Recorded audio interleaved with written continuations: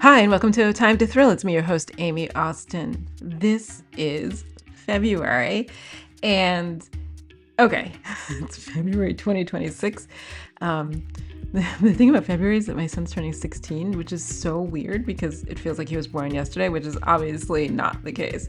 Um, okay, so it's February, and today I'm interviewing the first musician I think I've ever interviewed. I've had actors and people singing and dancing, all sorts of people, lots of creative people. But this is the first singer-songwriter I'm interviewing. So this month it's super interesting to have Kendra Erika on the podcast. So um, I will say this, like, I was sitting around thinking about music. This is so weird because I generally don't listen to music in my house or my car that often. And it came up, somebody was asking me like what kind of music they wanted to play. And she was like, what were you listening to in your car on the way here? And I was like, I was either talking, listening to a podcast, or listening to an audiobook. So I was thinking that, like, I was like, oh, I don't listen to musicians. I don't talk to them that often, except for people I know. And then I get an email and it's like, do you want to interview Kendra Erika? And I was like, I absolutely do, because I would love to talk to somebody who like makes music. And what's even more interesting about her story is that she was, I guess it was maybe, tone deaf. So she started like a lot of people do. Like, she was watching people on TV, and she grew up in that like Disney, I want to call them like Disney girl era, but like the era of like super popular like singers on the Disney Channel. And she's like, I want to do that, but couldn't carry a tune, which is deeply ironic. So she fortunately had parents who really encouraged that, hired a coach, and taught her how to sing. And now it is her profession, her career, and her talent. And so I really wanted to talk to her about that. And especially what was more interesting to me was having parents who are supportive of the arts. That, if you listen to any podcast, especially comedians or anything, having parents who are supportive of the arts is like a come and go sort of thing. Some parents are supportive, some parents aren't. Some parents worry that you're just going to be like, homeless living on the street. And some have more faith. So it's fascinating. And she'll talk about this, like her parents having that, being supportive of her being an artist, but in addition, also being like, also get a 4-year degree. Um, Not so much to fall back on, well, partially to fall back on, but what I thought was interesting is that it also gives her that confidence and boost in an arena where it's easy, especially in music, to be taken advantage of. And her having a background in education and a background to some degree in business gives her that the gravitas to, I think, hopefully like push back in an area where artists can easily, unfortunately, be exploited. So we talk about that. And then also, so she has a certain aesthetic that I find very interesting in an era, like when I look at like my used to be my iPod, um before it was albums. But when I look at my iPod and the list of music I have, a lot of it is a certain sort of like a jazz standard music, or certain like a poppy tunes, because I'm an 80s kid, and Madonna, and there was certain like people sang, but there was also like pop and a certain upbeat vibe. And she has embodied that sort of vibe. And even this morning, I was listening to, or watching actually on YouTube, I'll include a link in the show notes, um, her official music video for the song I'm Nice Till I'm Not. And its song has a certain, I mean, she's in a flapper dress. It's like the 20s, it's speakeasy vibe, and it's shot at this club, restaurant, whatever, in Vegas. So that's the vibe. But it's mixing that sort of vibe of like little like a jazz standardy voice with a little bit more of like a poppy upbeat. And her new album, A License to Thrill, sort of takes on that vibe, obviously across a whole lot more songs. So I wanted to talk to someone about that. And also, and she said this in the beginning, and I was like, oh my God, you're right. So, okay, obviously my podcast is called A Time to Thrill. Um, Obviously it's a send up to John Grisham's Time to Kill, which was a super popular, who knows, New York Times bestselling book in, I hope the 90s, but probably maybe the 80s. I don't know, dating myself. And her entire send up is sort of like a Bond girl vibe. And I really like the idea of harkening back, or that echo, to something that people like. It just gives people a little bit, you're like, that's, oh, that's familiar. And I love the fact that she did that. So without further ado, let's enjoy this conversation with Kendra Erika. And as you know, I have so many questions. Before we dive into today's conversation, I want to take a moment to thank this episode's sponsor, Audible. You know how much I love a good story. I write them, I read them, and sometimes when I can't sit down long enough to open a book, I listen to them. Lately, I've been listening to Audible while I walk, travel, or even sometimes while cooking dinner. There's something about hearing a story performed that makes it come alive in a different way. I just finished, okay, Julie Chan is Dead by Lian Zhang, an Alice Feeney book, Beautiful Ugly, and the latest Lindley book by Elizabeth George. So I'm going to be honest, this is how I do it. I get a book both on Kindle and on Audible, and I go back and forth listening to both. So when I'm driving in the car or with my son at some activity, I will listen to audiobooks, and then when I'm home, I read them on Kindle. And Audible makes it easy to switch back and forth in the app. Honestly, I do it every time. I want to keep the book going while I'm driving, and so I just switch to the audiobook, and then when I get home, I switch back to the Kindle, because honestly, I can read faster than I can listen. Anyway, the best part is that with Audible, you get a 30-day free trial. You can start listening today. You get one audiobook you can keep forever, even if you cancel. So if you've been wanting to read more stories that pull you in and won't let go, including my own Casey Court series, which are all available on Audible, go to audible.com. The link is in the show notes, or in the alternative, ebooks.buzz/audible. Hi, this is A Time to Thrill. It's me, your host, Amy Austin. This month, I have the absolute delight of speaking with recording artist Kendra Erika. Hello. Hello. I'm so excited to be on A Time to Thrill, because there's something very similar in the wording of A Time to Thrill and the project that is coming out. So okay, can you say that? Can you talk on that? Or if it's, I'm sorry, I live in LA and people say that, and then the next thing is it's a secret. Oh no. It's not a. I mean, it's classified, but it's declassified. But it's the License to Thrill album coming out in February. So yeah, and we'll talk about that. Okay, so I just set the stage for you. So here we go. We're good. I mean, I don't know how many years you've been here, but people will say, oh my God, I'm working on this thing. And you're like, tell me about it. And they're like, I can't talk about it. And you're like, okay. Oh yeah, no, I'm not. I'm not originally from here, so I'm not like that. Okay, so tell me about, where are you from?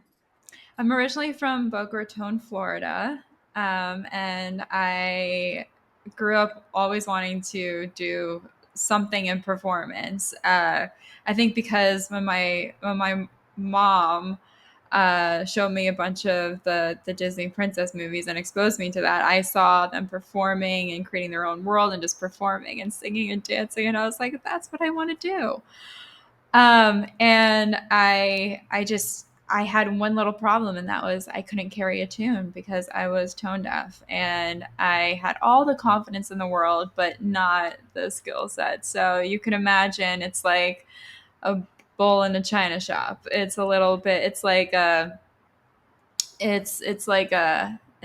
laughing, not a laughing hyena, but it's just it's just like it's an atonal horn that just has so much confidence behind it that it's blaring. But I'm over dramatizing it, but still I needed to get some training and some skills behind me. So okay. So can you explain tone deaf? So I may not be able to carry a tune. So Life is full of things I can't do.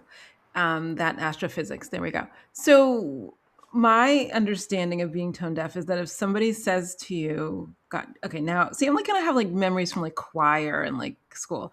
Somebody's like, so Mrs. Katz would have, a piano. She has to be long dead because she was Mrs. in her Katz. 80s then. And she would hit a note and then repeat the note singing. And then the next thing would be start with that note.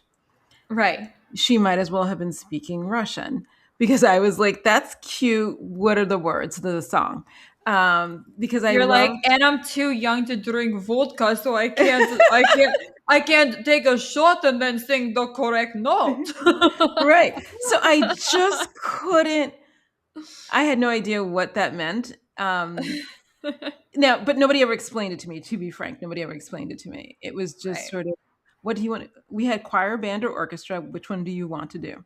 And I was Right. like, I'll do choir. I didn't have the confidence, but I love the idea of singing. Like I would do it at camp, like we had sleepaway camp and they'd be like a talent show. I'm like, I'll stand up and sing. Couldn't carry a tune, but I did it anyway. So, but who told you who let you know that you were tone deaf? Because I don't think I could hear it except to record it. And I'm much older Oh. than you. So it would be like, I'm so sorry, like a tape. And they would record it and then you hear it back and you go, oh, no, no, no, that's nothing like what I want to sound like. Well, I couldn't hear it either. I mean, because I was so young. I was a child, and when Yeah, you're a child, you're like, I can do anything. exactly. Um, but uh, and but I think no one really told me. It was just my parents really saw that I wanted to do this, and they just knew I had to get into a position where I could do what I wanted to do, and I had to, like I said, I had to get that education under my belt, which was that vocal development, and thank God that they did because my vocal coach, my original vocal coach, was a German opera singer, so he was very strict, but it was almost like he broke me down and built me back up again, and he built such a great foundation for me to build upon. But he did have to say. So how can I say this as a German vocal coach? I can't. Was he gentle in saying, "Okay, so this is what you should sound like. This is how we get here," or was it more like, "Honey, let's." He had his own way about doing it. I just remember, 'cause it was when I was a child, so I don't really have like the vivid memories, but I have like the things that stuck out, Mhm. and I just remember him, first of all, teaching me my first German curse word, which is Scheiße, which means in German. And then if you wanted to, really emphasize it, you would say "fick the Scheiße," which is, shit. Yeah. But and then I just remember because at that age, I, like everyone else during the 90s, uh, we looked up to Britney Spears, Christina Aguilera, Destiny's Child, Spice Girls, all of them, all those like pop makers and shakers. And I just remember him being like, "Oh yeah, like just you want to sound like Britney Spears." And I just remember him just completely just completely being so adverse to that kind of sound, and which I mean, he did have a point, in that, in order to really be great, you can't just focus on the nasal. You have to include all of your body, including your diaphragm, your lungs, all of it. And also the opera world is not too fond of the pop world. I can only. I mean, um, Yeah. I will say this. Actually, I just got a Christmas card from her, or a holiday card. Somebody I know has a son who's an opera singer. So, yeah, it's a he moved to New York City. I mean, he's not here, Right. Yeah. as one does. So okay. I believe okay. I believe like if I got up tomorrow and I said I wanted to draw a masterpiece, I don't think there is a sufficient amount of teaching that I could get to that point. Um, well, I don't believe that. Maybe for other things, but not that. Do you think that you had some raw talent that had to be honed, or do you think that being learning to, how can I say this, recognize and sing notes was something that was teachable? I think it was a little bit of both. I think that I think I was naturally gifted in a different way, but I knew the calling, and the calling was that I think I was naturally born with a vision and messaging and what I want to say and how and just how I view things. I just knew that the vehicle was going to be this, but um, this wasn't polished, or it wasn't developed even. Mhm. So I needed to develop the vehicle in order for the actual gift, which is like the how my messaging or my cause or whatever it is to sit in that vehicle and drive forward and use singing and vocal art as the passageway. Okay, so let's go back. So how old were you when they first hired a vocal coach? Or I was 8 years old. okay, that's 8 year old. Sometimes it's children are so fascinating because sometimes they ask for something because they're so serious about it, and Yeah. sometimes what how is it that you, or let me not say how, why do you think your parents took you seriously? Because not everybody, some people are like, I want to play guitar, and it's like 2 days. And I'm not saying I wouldn't, like, you Mm, wouldn't, most people wouldn't be supportive of that, but clearly you were right. serious enough. Yeah. Well, I think I'll tell you why they were so serious about wanting me to pursue my passion. Both of them grew up in the boomer age, and I think this has to do with intergenerational, not conflict, but more um, evolution and understanding, Mhm, and for your kids to want better or to achieve better than you had. mhm, And I think because both of their parents came from a different generation where there was a bunch of war and uncertainty, and then they taught their kids to be more pragmatic. mhm, Even if they both did have a passion, like my dad wanted to pursue athletics and be a professional football player, but his parents said, or encouraged him to become a lawyer because that's more of a pragmatic job. Um, and then my mom, she always wanted to become a concert pianist or a professional ballerina. And her father, my grandfather, lost a job, therefore not having the means to fund that sort of aspiration or mhm. aspirations. And so she was also encouraged to follow more of a pragmatic route as well. So with me, my parents wanted to do differently. And they wanted me to pursue something that would offer me fulfillment and also offer me that chance to see the dream through. So this is utterly fascinating because so my next question, this is like not related to this, but do you think if you had children, you would encourage them to do something artistic or something pragmatic? I would encourage them to do both. Well, okay.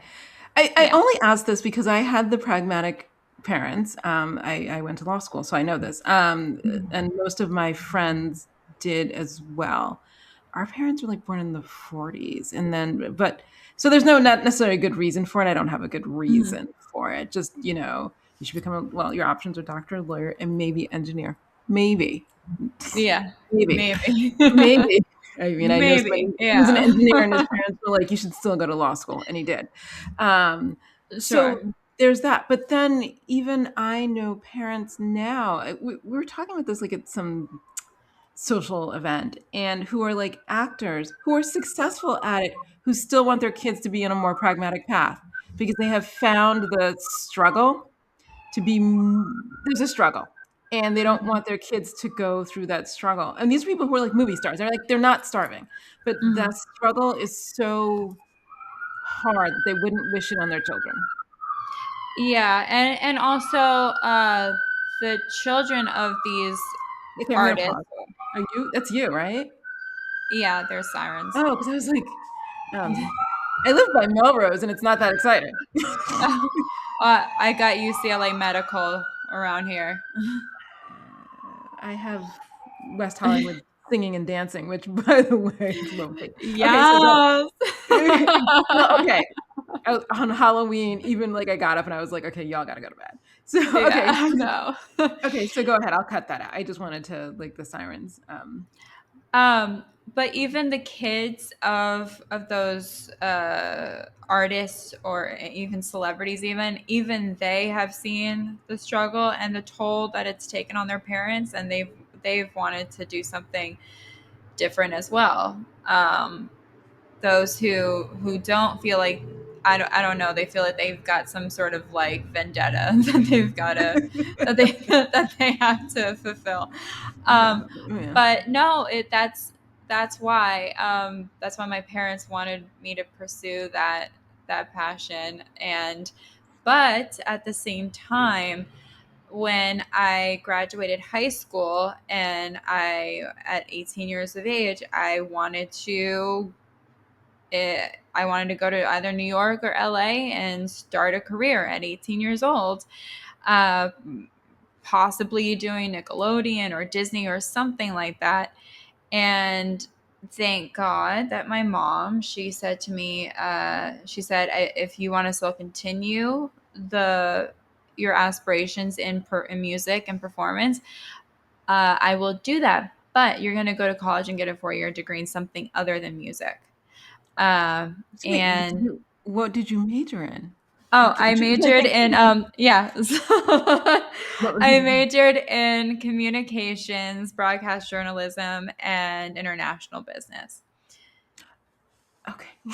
And so And I did something other than music, but after that I said I still want to pursue this. So it's almost like I held up my end of the bargain, and mhm. that's how I got my 4-year degree. If my mom didn't offer me that sort of that deal or that, ultimatum, I don't know. I don't know what would be in what would have been in store for me, and I don't know what could have come of that. But I will say that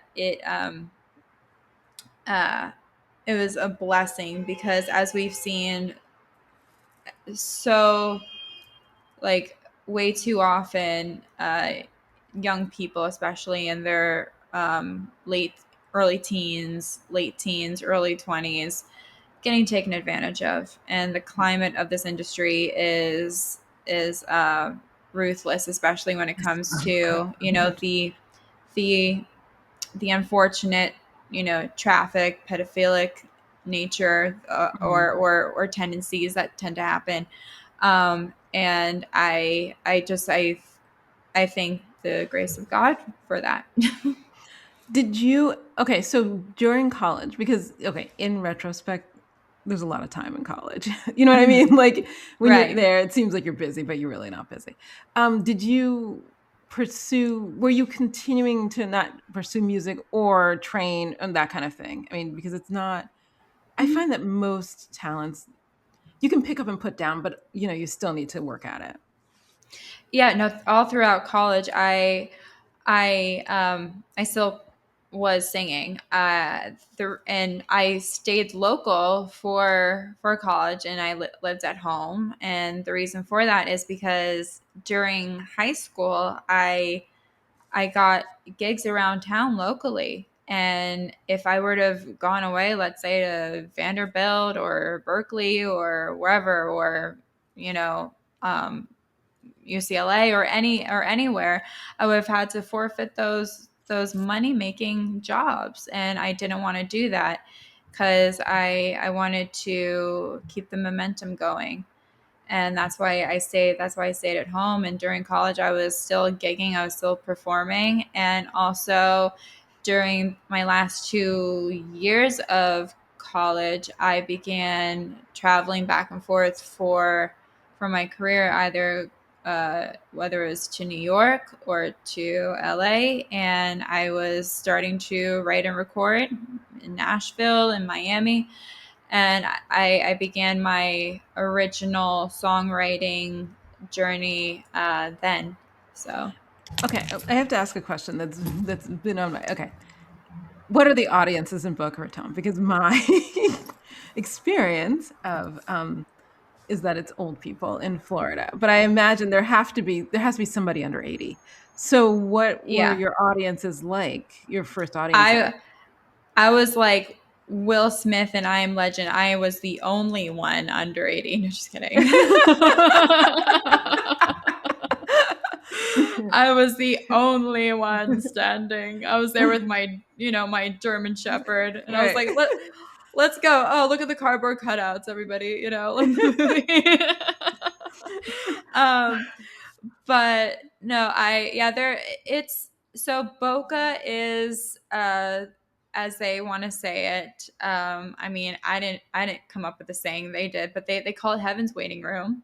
It's Mhm. awful. It's morbid to think of, but at the same time, it's definitely a city and community for retirees, especially from New York, New Jersey, from the I'm New from New England York seaboard. City, so Yeah. right.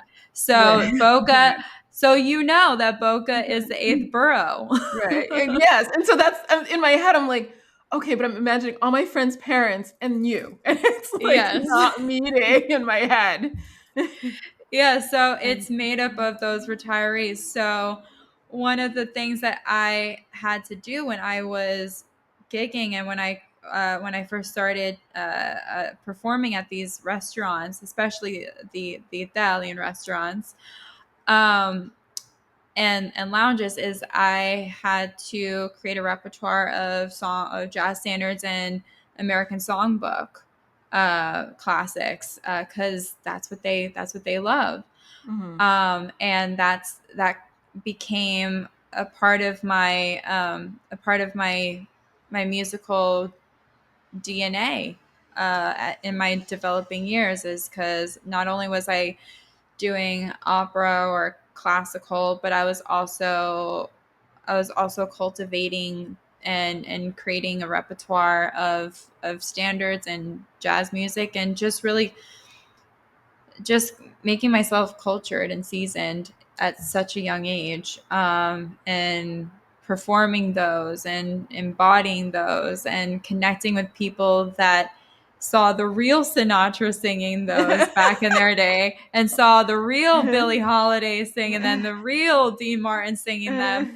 I was like, am I doing it well? I was like a 16-year-old. I was like, I just got my car, but am I doing the song well? So I mean that's so okay. So I got sent like your single, which is obviously just audio. So I went to YouTube, and I was looking at the videos, and I was like, okay, this is a certain aesthetic, but it Right. does have that, I don't want to call it throwback, and it may be only like this is where you are now, but it does have a certain timelessness. I mean, even like with your hair and all of that. And I'm much older than you, so I grew up with people who also went to those shows and talked about it. When I was in New York at the Cotton Club, or when I, you know what I mean, when I was in so Yeah. and so, because people of my parents' generation like went out and did that. It was a completely different era for us.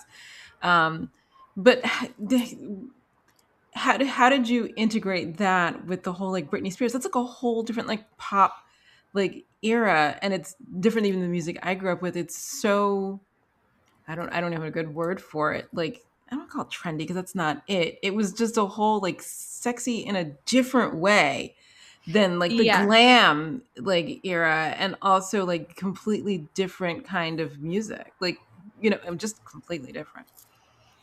Yeah. Well, when I wanted to do more of the pop stuff, uh, how that how that came to be is I was working with an artist development firm in New York, and quite funnily, I the image that I was working on developing with them was very much like a Bond girl. Like it was very, it had, I was researching Lana Del Rey a lot. I was researching, artists like Jessie Ware, Ellie Goulding, um, a lot of like British like classy artists. Hmm. And I was integrating and I was using those kinds of sounds to create this like Bond girl image. And I was marketing myself as this like Bond-esque type girl. Hmm. And then when working with them with their songwriters, I kind of just, it ran stale a little bit, and then I was introduced by them to my then Billboard promoter Jason Dowman, who had connections with the dance world. So I then started working with him because he just said, scrap what you're doing in New York, come out to LA and work with my team of songwriters. And his team of songwriters were very much in that dance genre. And he said, the sound, the timbre in your voice, the tone of your voice, it can suit very well with these dance upbeat sort of EDM songs.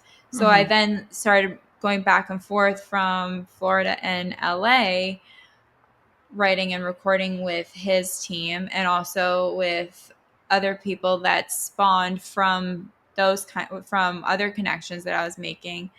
And that's what I was doing, and working with people like Damon Sharp, Lugo, Luigi Gonzalez, Kevin Wild, Chico Bennett, also then Andy Kirk, first in LA and then in Nashville. And I created those Billboard charting hits, and which led to me doing a remake of Laura Branigan's Self Control, and then that went to number one. Hmm. But for that span of years, for that span of I would say 8 years, I was doing a lot of dance music.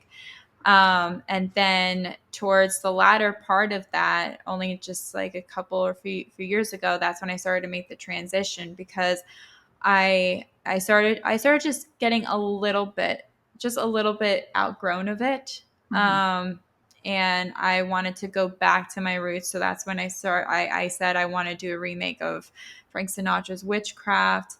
I also did a remake of the title song of Phantom of the Opera with Damon Sharp. It was an upbeat version, but I wanted to showcase my ability because I felt like that was going to be the differentiator between me and my constituents. But So, I also and think it may have like more longevity, because pop and yes, dance music styles go in and out. You know what I mean? It yes. like the tempo's this and the thing is that, and there's a Hmm. lot of production involved and a lot of that's not easily like you can't replicate that so easily, as opposed to like a single singer doing their particular brand.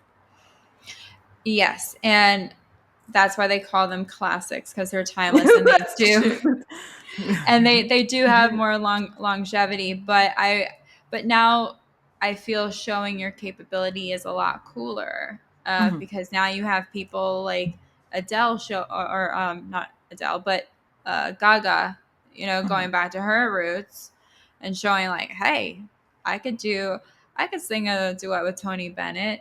And then you have people like Nicole Scherzinger, who said, you know what, people aren't taking me seriously because I'm wearing too short of skirts and singing about buttons loosening, and singing about like, uh don't you wish your girlfriend was hot like me. Like she literally said, she said people weren't taking me seriously. So then she, got on whatever stage and was like, don't cry for me, Argentina. And everyone was like, yeah. And she went back to her roots. And I feel like that I'm on that similar path. And I'm really happy about this new project that I have coming up. And I feel like more impassioned about it because I just feel like it's what I've been meaning to do. So let me ask you this. In terms of the songwriting, okay, there are people, okay, I'm sure you know this. There are people who do things. It's like actor directors or writer directors or singer songwriters. There are some people who only do one thing. They just sing or they write songs. And they're no shade because I know you can do very well being a songwriter in your house, never Yeah. leaving. So it's amazing to me, Mhm. the whole process. But what made you want to do the singer songwriter route to create, to be in the process of creating the thing that you were going to sing? Well, when I was singing a bunch of covers in Boca, I there was just something. There was a little bug inside me that said, I want to get more into the songwriting aspect of it. Because I was so fascinated by about the development of a song Hmm. and seeing it go from like an embryonic stage to like a full grown stage. And also when you're recording your own original work, you have more stake in it, That's true. and you can make something of it. Mhm. So, and I just wanted to have I wanted to do something original musically. I think that's what I'm getting as. I wanted to do something original musically, and be my own artist. Okay, so then what? Okay, so okay, I did not listen to your entire catalog of songs, so I only heard like the most recent things. Um, so let me say this: what? Let me go back. What are you trying to showcase musically now? Like, what kind of genre? What kind of lane? I hate because I hate people playing lanes, but where do you want to put yourself now in terms of like songwriting?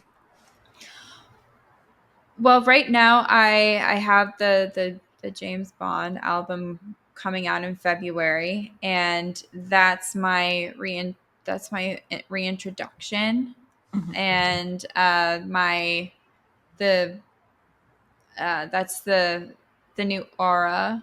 That's the new journey that I'm going on, and that's the new project that I'm promoting. And I actually have written and recorded in the last couple months two original songs with Damon Sharp and Luigi Gonzalez, and they're upbeat.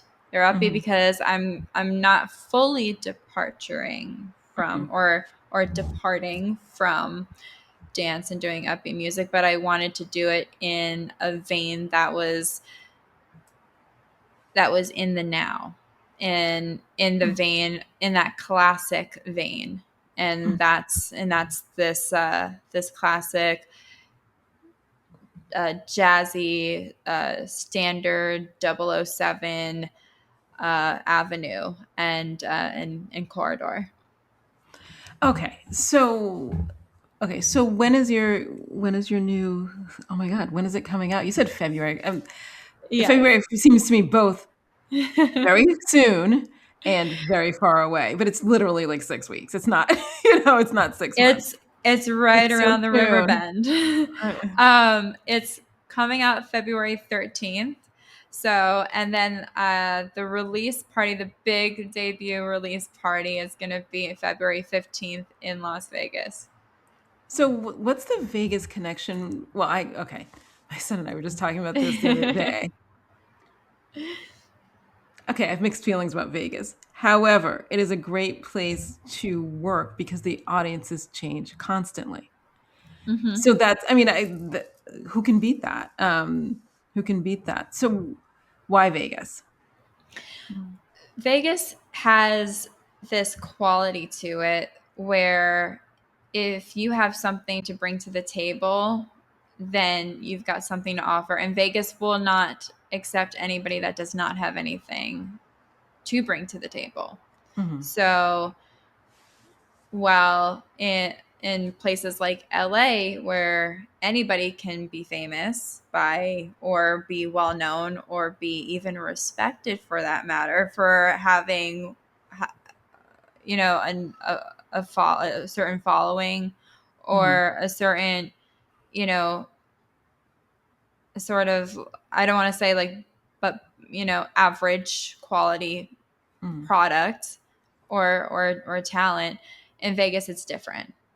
And I've always felt like in LA I have been a little bit out of place, because I feel I have more to bring to the table than LA really wants to deal with right now. So LA is hard. Like this is the thing. I don't. Okay, I've been here 20 something years, and I Mhm. one day I will understand it, or I will just never understand it, Yeah, because it's a great place to meet lots of other talented people, but I'm not sure it's a great place to perform or work. I mean, outside of right, TV or movies or something like that. So, right. if you would like to collaborate with a lot of creative people, you can throw a stone. But if you want to launch a career like outside of television or movies as an Mhm. actor, it is a little hard. So comedians often will live here but don't work here. Um, Yes. but it's true for singers, songwriters, comedians, stage actors. I mean, there's Mhm.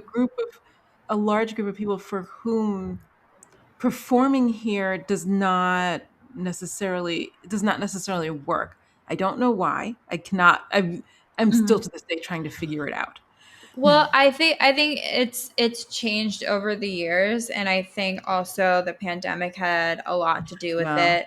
Also, the tragic fires that happened also had something to do with it. I think both those circumstances, both the pandemic and the fires, I think sent a lot of the talented people packing, and relocating. So that's why there are more people moving to Vegas. A lot of more movies are being filmed in either Florida or Texas, or even Chicago, or New Orleans.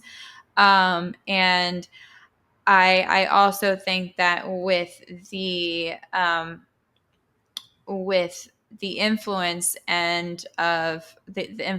and the permeation of social media and the that's true. digital age and Mhm. TikTok, LA has become more of the influencer capital of the world. Mhm. Whereas it used to be the entertainment capital of the world, and then slowly you would see the explosion of reality shows, It's and then and yeah. then and then one day you would have, like, I don't know, like you would have someone like Jennifer Aniston on the cover, and then the next day it would be like Spencer and Heidi on the cover. Mhm. you know No, it's S- it's utterly so fascinating to me. Yeah. I mean, like a lot of my friends who like music friends like moved to Nashville, and I'm like, yeah, you're leaving, and I'm Nashville's like, another place too. you're leaving here, and they're like, yes, and I'm like, okay, it's been fascinating to watch people I know, music people, move to Nashville, and I thought, wow, that's a change from like people of my generation who grew up with like going to Sunset, you know what I mean, to play Hmm. in like the bars, whatever, to play in the Yeah. bars and sort of develop there. There's a lot of bands that develop there, and now people are like, well, I'm gonna leave here and move to Nashville. I'm like, oh my gosh, this is such a to me, it feels like a Mhm. sea change. Yeah, well, like I said, it's been, and it's, I don't see anything as like a bad thing. I just think like No, it's just that's the way how it's going right now. And LA is a great place to still live here and record, because a lot of my producers are still here and I mhm, still record with them. And it's funny, I heard someone say something the other day. They said LA is a great place to record, but Vegas is the place to perform. mhm, And I mean, even my vocal coach has relocated. He lived in LA his whole life, and now he's living in Vegas. And it's just the evolution of what has transpired, and the shifts that have happened with both with with all the political circumstances, the spiritual circumstances, and also the natural disaster circumstances Yeah. that have taken, and the biomedical circumstances that have happened. So yeah, I don't see it as a bad thing. I know I'm just perceptive, and I see things for how they are. Okay, so this morning, I was watching your video, and I have questions. Yeah. Where did you film it? Which video? Oh my gosh. Okay, so you're in a, I don't call it a saloon. That is not A the saloon. Speakeasy. Thank you. Speakeasy. Well, Oh yeah. We I filmed was that like, well, in she knocked. It's the. I'm like, oh, this is the Prohibition era. Um, the saloon. I think the next video will be at a saloon. I mean, I love. I think I'm gonna do a whole country thing. um, we filmed that in Vegas at Capo's, and it's a renowned Italian speakeasy, and that's where we filmed it. So I have not been there. Okay, so I've been to Vegas exactly once in my life for 2 days in 2004, three, something like that. So really, it's yeah, been a while for you. So you need to come to the release party. it's been a minute. The traffic was enough that I was like, oh no. And then I was going to take a flight to Vegas, and the flight was delayed, and I thought I could have driven there in the time, and I'm waiting for this flight, and I just left the airport and went Yeah. home. Yeah, yeah. Um, so okay, the aesthetic of the video, which okay, this is now video, but I realize I don't have it here. So the aesthetic of the video is very like 1920 flappers, all of that. The Mhm. I assume the restaurant then looks that way permanently, and Yes, it then does. you infringe, slotted yourself in. I did. I slid into their DMs, or as I should say, through their secret door. Mhm. Um, And so, how did you like? I say this. I will always like the hair from that era, but how did you like that embodying that era? I loved it. I, Mhm. I f- I feel like I was born in a different time. I feel Mhm. like my body is in the times, but my soul is in like the 20s or 30s or 40s. I just think that it's in within that kind of that kind of time era. And okay, let's go back. So what? Okay, so with the License to Thrill, how many songs? How many songs will you be doing?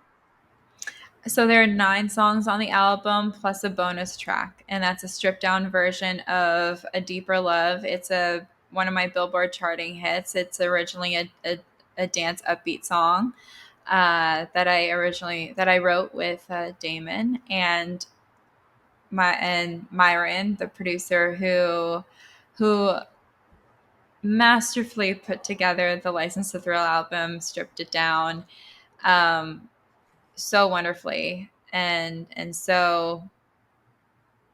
just so stylistically that I felt it needed to go on the License to Thrill album, because in that state, it sounds like a Bond song. Mhm. So okay, I'm going to ask you this because I haven't thought of this in a while. What made you decide to do a music video? Because it's not. I come from the era when MTV came out. And so it went from people only doing some videos to like wall to wall videos, and then, video killed the radio star. So, I mean, you know what I mean? Like it went from that to wall videos to now being more like it was in the beginning where it was very selective. So, what made you decide to do that? Because I actually don't know who the audience for it is. I will watch them if I like a song, and then I will go watch them.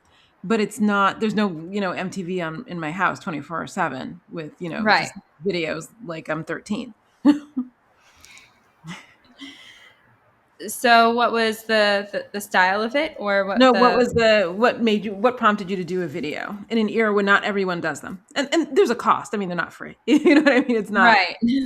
It's not recording and then uploading to Apple. So I mean, Well, I wanted to do it in in that style because the song is within that.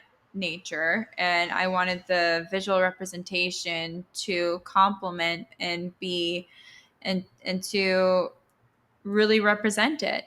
So I wanted to do a video that was replicating of that era, Mm-hmm. and that's why I had, flapper dresses on. I had even a leopard print dress was that its design was very much, 1920s, like you would see it in that kind of time period. Mm-hmm. And I wanted to embody that and really encapsulate people into that world, and throw them back a little bit. Mm-hmm. Okay, so I will say this because we started the conversation with this, and okay, so the podcast is called "A Time to Thrill," and there's a book, a famous book, obviously called "A Time to Kill," and so I obviously we all have those moments where like this is I still like it. So what made you decide to do that kind of send up yourself? What was the Like, question?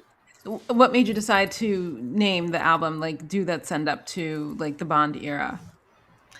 What Well, it's always been something that I've wanted to do.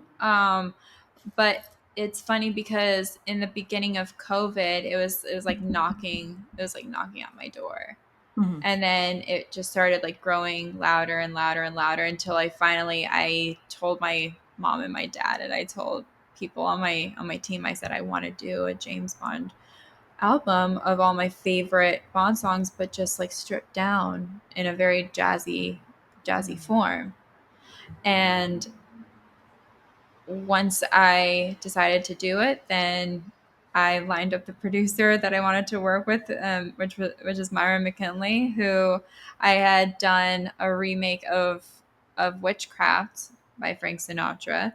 I'd done a Hmm. remake of that with him and Ralph Johnson from Earth, Wind and Fire, and it was an award-winning song. Literally, we Hmm. won the Hollywood Independent Music Award for it, and I knew that because Myron has such an ear and he is so talented in restylizing songs and having their own stamp on them. Hmm. I I I I elected him to really to produce this and to be the the producer for it. So, okay, let me ask you this. What Okay, I have like two questions in my head.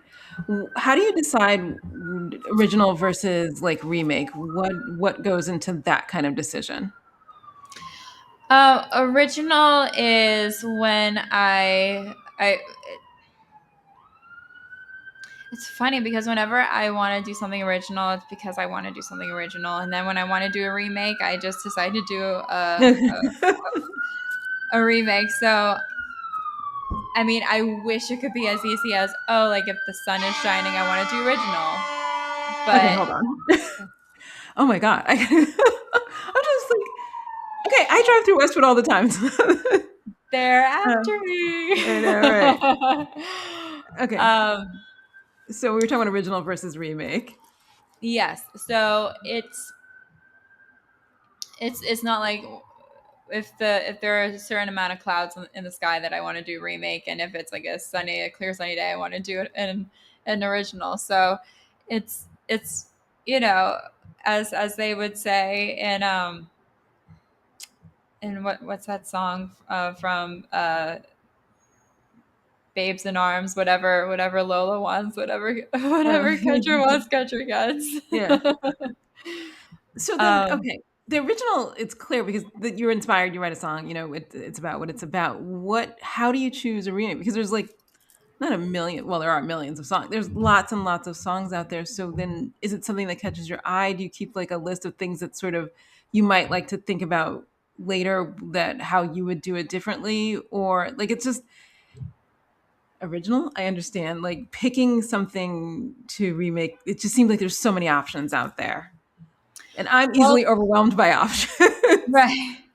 Well, I'll just use tangible examples for self control.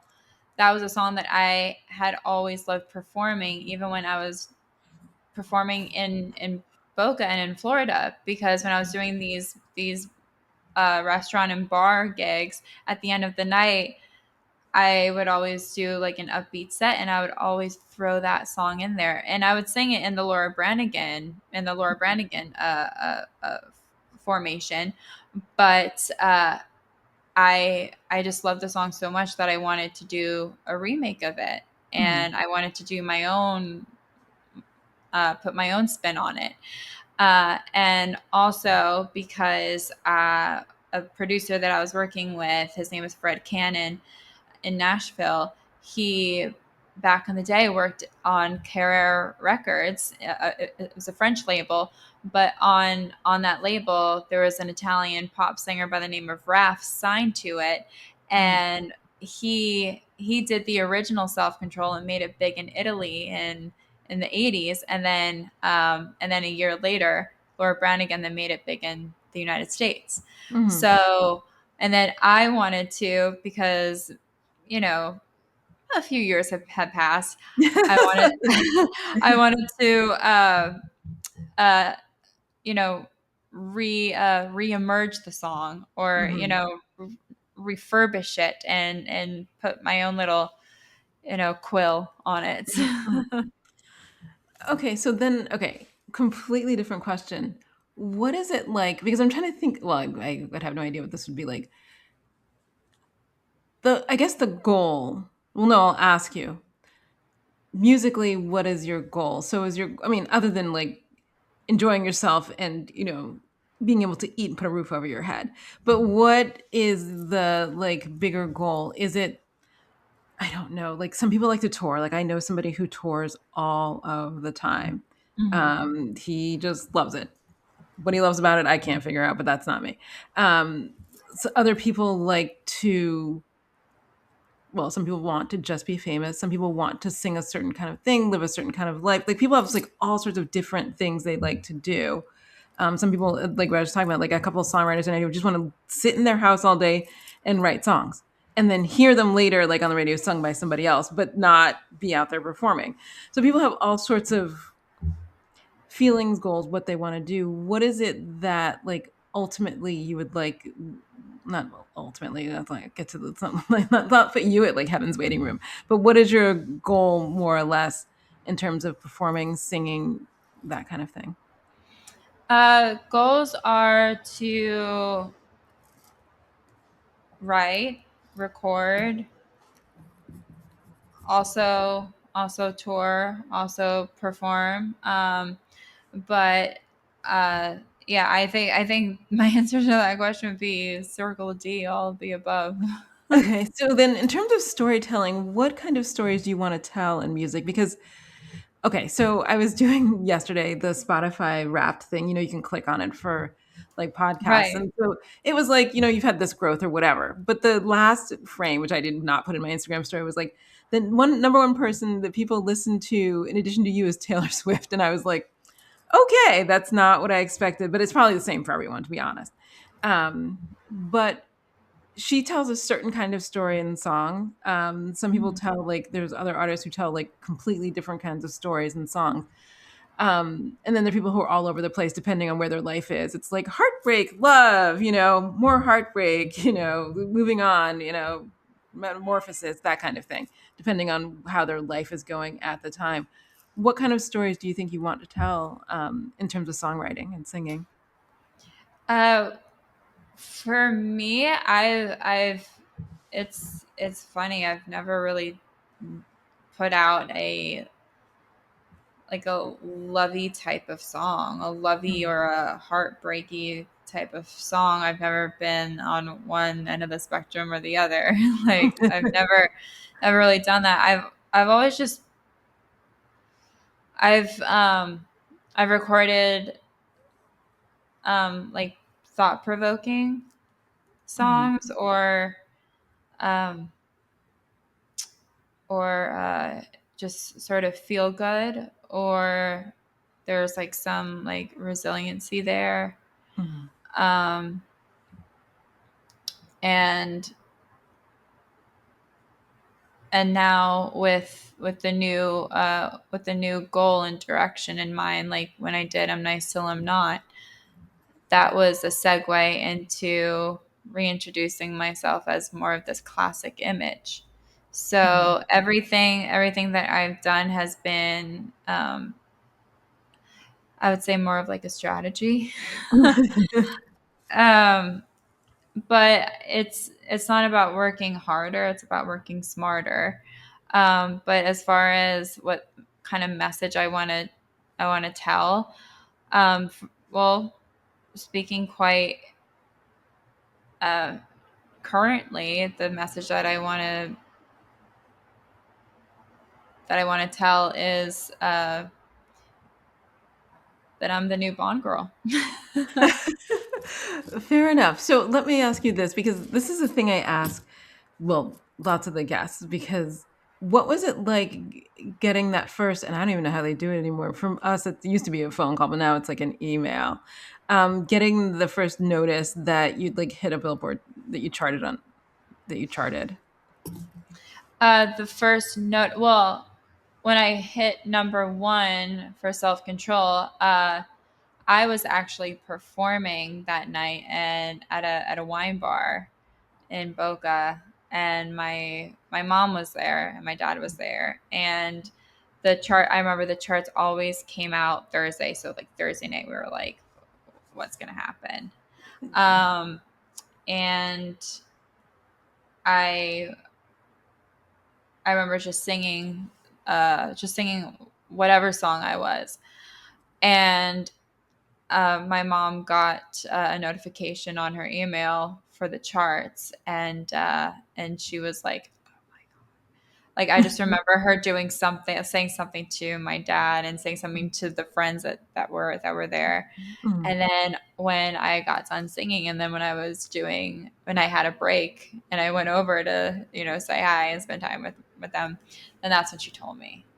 And after that, like I had another set to do. So I just sort of compartmentalized my Oh, excitement.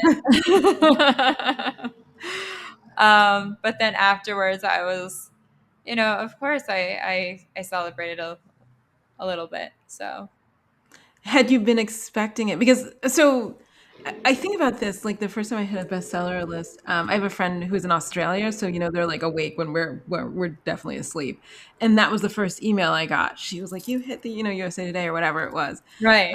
and I was like, "Wow, you're up," early," or whatever.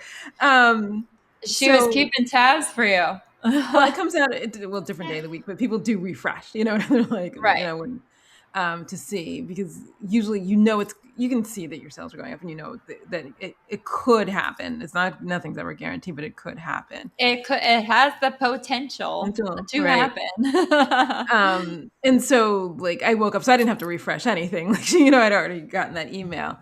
But what did you like, how did you share it, and what did you think about what were the next steps? Because this is we talk about this. So some authors I know, they're like, well, when I hit this list, it didn't make any difference because I was going to get up tomorrow morning and do the same thing over and over again. And then other people are like, I had champagne and flowers, and then I thought about how my career was going to be different. And not saying, people do all sorts of different things, and things can make a difference and also cannot make a difference depending on how you do it. But once you hit that, what was your next thought? Like what now? What next? What am I going to do with this, or what does this mean to me? I just thought that this is not this is not the be all end all. This is not the end. Like I still want to continue onward, and this is just a symbol, and this just signifies that there are that there's more to come. Mhm. Or at least that you're on the right path. It's not, you didn't Yeah. have like Yes. gone Yeah. left. Okay, so with this upcoming release, what are you doing around it? I mean, it is so much work. But what are you doing? So it makes me tired to think of it. I'm too old to be like out at night, but it just makes me tired to think of it. But what are you doing? What are the things that you're doing for this? Well, the release party, like I said, is going to be in Las Vegas on February 15th at the Space. It's called the Space, and that is going to be the showcase of the full album. It's going to be an hour show, Mm-hmm. and with live band, with visuals, and it's really that's you talk about telling a story. That's going to tell the story because I I cover songs, or I should say I've reimagined Mm-hmm. songs from the different decades of Bond. So for all the way Oh, from the that's fun. 60s, 70s, 80s, 90s, and Mm-hmm. today. So it takes people on that Bond-esque journey, and it's really going to be something. Um, I can already tell it's going to be remarkable. Mm-hmm. So wait, who's your favorite Bond girl?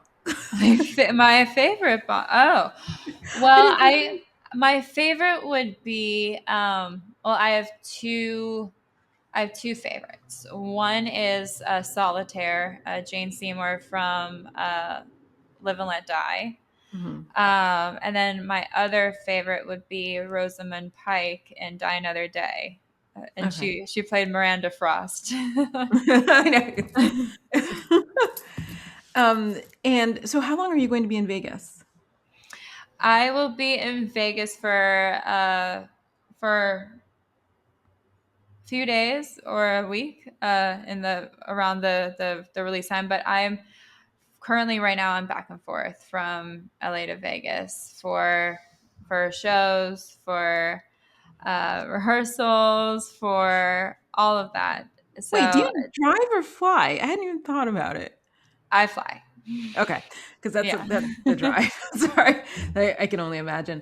What do you plan to do touring for this? Locally, not locally. Sorry, I don't mean this. I mean, when I meant locally, what I meant is the U.S. versus internationally. That's what I was thinking, but I did not mean Yeah. like Westwood to like Melrose to downtown to, and like Santa Monica and back. Well, I am planning on touring with this show because it does have touring. It does have that that global appeal, as we have a cat here on my lap. So we have Double O Gato. Okay, we're not going to show that, but I have to censor. Yeah. this is not a twerking podcast. Um, but no, this doesn't just stop in Vegas. Mhm. Okay. This is gonna happen all over. Oh wait, will you do subsequent parties? Because I do know people who like will do a party here, and then one in New York, and then one in some third location, and they keep it moving. Mhm. Yes, it will be a soiree. um, so are you how long? So are you looking forward to this, and then are you going to be okay? There's two kinds of people: the people who are like, "I'm going to tour on this," and the people who are like, "I'm back in the studio," and you're like, "Oh my god, did you breathe?" So, will you be recording immediately thereafter? Will you tour and then take 6 months, a year, whatever? People do all sorts of different things between then and the next thing, because there's always the next thing. um, if I'm just gonna let and see where the wind goes, Mhm. and then be full sales with that. I'm sorry. The cat was like, "You have ignored me long enough. It is my time." It is my time But at least the cat on didn't this step on the show. keyboard, which is always the worst thing, because it'll be like, "And Oh then we're yeah. off." No, my other cats, like she treats my keyboard like John Travolta treated I know Saturday it's Night Fever. It's like that little boop boop boop boop. yeah. I'm like, no, we're not gonna do the boogie woogie, because if we do the boogie woogie, we're gonna do the Control Alt Delete. Okay. Exactly. It's always my worst worry. Um, so what's the cat's name that we saw? Because if people are going to ask me, and then I'll be like, they're like, you didn't ask the cat name. Oh yeah, well that's Miko. Okay. She's my eldest cat. I Mhm. say eldest, but she'll be 7 coming up. Ooh, funny enough, she'll be 7 when I release the 007. 007, yeah. And- Oh God, I just did the Tiger Woods. Yes. yeah, I know. Um, Mhm. but and then my other cat, her name is Winnie. So Okay. yeah, so she's the littlest of the And pack. apparently Winnie does not need to be the center of attention, which is fine. We need No, all takes all kinds. I know. Usually she's the one like, I'm here. Look Mhm. at me. Yeah. I'm the calico tortoiseshell. Look at this orange spot. And then look at this, and then look at this black spot. And look at this white spot. Like but no, today she's being very good. I don't know why. No. It's her night to be the angel. There we go. So wait, I didn't ask you, where do you record here? I record mostly in Burbank and Studio City. So, and then another producer that I work with, his studio is in Topanga. Okay, so no different. That has not changed then. Um, Jane. it has Yeah. not changed. It's not changed. It's so funny because I see like friends and like different people standing in front of the same studio. I mean, Studio City in different eras. You know what I mean? So it's like Right. same Yeah. studio, different clothes. Same studio, different cars. Same studio. Oh, look, they painted. You know what I Oh, mean? But it, they changed the locks. Yeah. exactly. So some things don't change. So I will let me go back. I'm sorry, I'm going to edit this out because I just made a burp. Is there anything else that you want to talk about in terms of the album, in terms of touring, in terms of like song release, what you want people to know? Well, as of last night, Friday, December 12th, which is Frank Sinatra's birthday, Mhm. I released the official visualizer for GoldenEye, which is the lead single from the Okay. License to Thrill album. So check that out and enjoy it, and just get in that 00 mode, and just stay tuned for the album. Okay, so where can people find you and what is your handle? Because you'd be surprised. People are like, it's Kat. And you're like, your name is Jane, but okay. You're like, okay, so we're gonna need to work on continuity with you. Well, the double underscore, and they're like, on this one, it's this one. I'm like, oh, please try to just have one. But okay, so go ahead. Right. Whatever it is. Well, my Instagram is at Kendra Erika. I'm on Facebook at Kendra Erika Music, YouTube at Kendra Erika Music, and then I'm on X as well. So, and also TikTok at Kendra Erika. So you can just find me and just Google me and find whatever your heart desires. I know because everybody loves their platform. I have a lot of friends who love TikTok more than I will ever understand TikTok. I know, and their attention span is probably like red ball, blue ball, green ball, brown And that ball, that orange also ball. may be true. I just can't do anything where I have to be involved in swipe. I'm like, nah, I can do something else all day. No, But I hear it's a good 3 a.m. companion. So at yeah. 3 a.m. people can swipe If by I clip find with if you. I find myself swiping too much, I'm like, oh my god! Like I feel like swiping, you lose more brain cells than you do with a shot of Jaeger. Okay. Okay, you must have an old soul if you know what Jaeger is. Oh Um, yeah, and it's a German, so that's, that's true. That would put me right. out for sure. Oh my god, okay, the thought of it, just the thought of it. Okay, so Kendra Erica, it was really great talking to you this evening. Thank you so much for Yes, taking the you time out.